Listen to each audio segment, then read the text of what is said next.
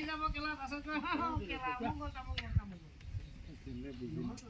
ভাত কিটা খাই ল क्या कर बना खेलबे লাগে মই খেলি আছো